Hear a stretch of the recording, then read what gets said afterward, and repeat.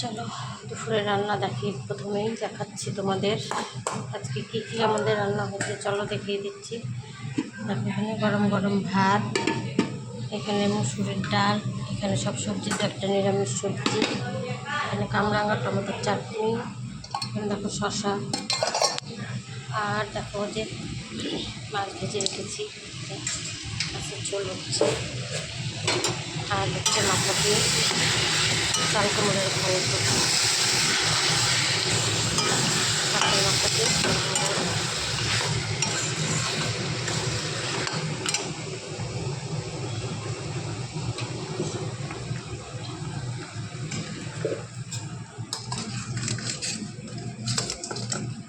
মাছগুলো দিয়ে দিচ্ছি।